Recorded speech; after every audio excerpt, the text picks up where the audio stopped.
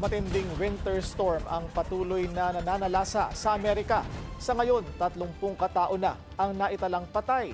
Yan ang agenda report ni US correspondent Len Almadin Thornhill. Live mula sa New York City. Len, kumusta na ang sitwasyon dyan? Sa inyong dyan sa Pilipinas, madaling araw pa lang dito sa Manhattan, kahit tahimik pa ang New York City, ramdam pa rin ang matinding lamig na patuloy na bumabalot across the US. Isang napakalakas na winter storm ang patuloy na tumatama sa bansa na nagdadala ng makapal na snow. Sobrang lamig mula south hanggang northeast. Sa ngayon, at least 34 people na ang naiulat na namatay mula sa iba't ibang state. Karamihan dahil sa exposure sa matinding lamig, aksidente at iba pang storm-related emergencies. Ayon sa National Weather Service sa Pittsburgh, Pennsylvania, umabot sa 20 inches ng snow. Habang ang wind chills ay bumagsak hanggang minus 25 degrees Fahrenheit nitong nakaraan na araw.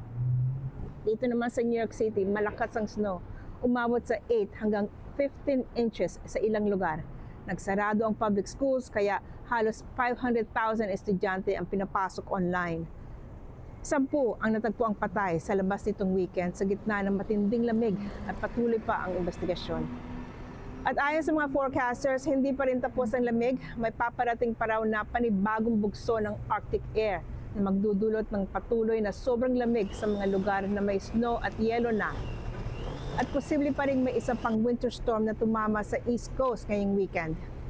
Ayon sa Department of Foreign Affairs, mula sa ulat ng mga embahada at konsulada, maayos ang kondisyon ng mga kababayan natin sa mga apektadong lugar.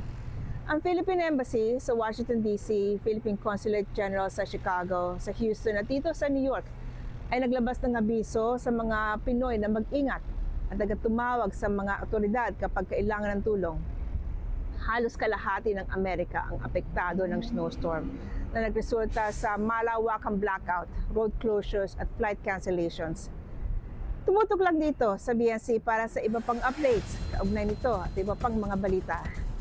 Mula dito sa New York City, Len Almadin Thornhill, Bilyonaryo News Channel.